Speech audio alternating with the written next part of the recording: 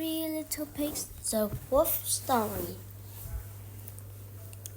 Once upon a time in a quiet country village, there lived three little pigs. They were the luckiest one in the country. They had just inherited enough money from their grandfather to build three new houses. The first little pig wanted a warm and cozy house that would help him to relax. He built his house out of straw, the warmest and most familiar material he knew. The second little pig loved to shock the neighbors. He picked sticks for material and built a modern house like Frank Lloyd Wright. The third little pig, who planned for any imagined disaster, built a sturdy house of brick and mortar. Not far off in the cold, damp forest lived a poor old wolf. He lived in rotten hollow log and searched the forest for whatever food he could find. He had no money, not a single cent, to build a house or plant a garden. Unlike most wolves, he was a vegetarian. When winter arrived, it was extremely bitter and harsh. The wolf ate so little that he became weak and caught a terrible cold. Soon he was constantly sniffling and sneezing. He sneezed so hard that he blew dry leaves off the forest tree. The sickly wolf left the forest in search of food and shelter. He sniffed and sneezed as he traveled down the road. Achoo! Achoo! With each sneeze, the snow gathered into a white cloud around his frostbitten ears. After walking for several hours, the old wolf came upon the quaint village where the three pigs lived. Being so very cold and so very hungry, he hurried to the nearest house as fast as his stiff body could carry him. He knocked on the straw door. He hoped that whoever lived there would take pity on him and let him come inside. Before the timid little pig could reach the door, the wolf began to sneeze and sneeze. Achoo! Achoo! To the wolf's surprise, he sneezed so hard that he blew the straw house apart.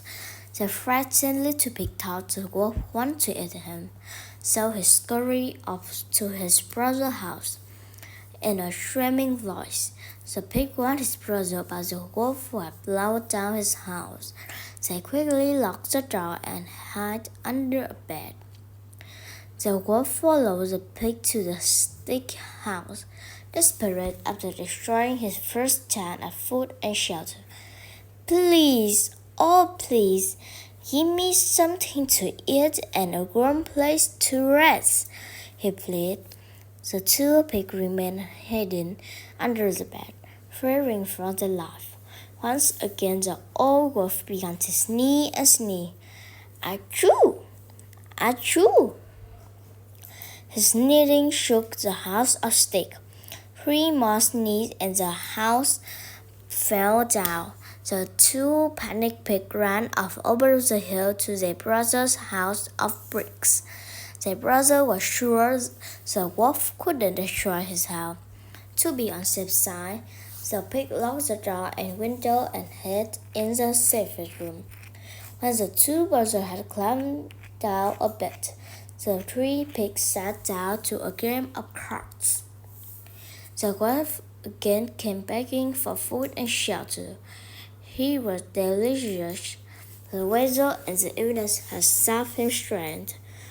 One last time, the wolf began to sneeze and sneeze.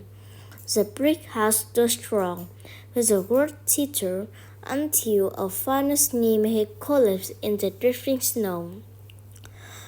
The wolf lay there unconscious.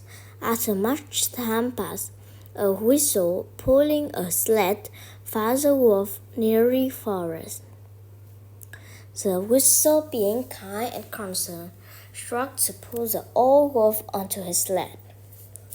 The whistle finally managed to load up the wolf and took the sled to his house at the edge of the village.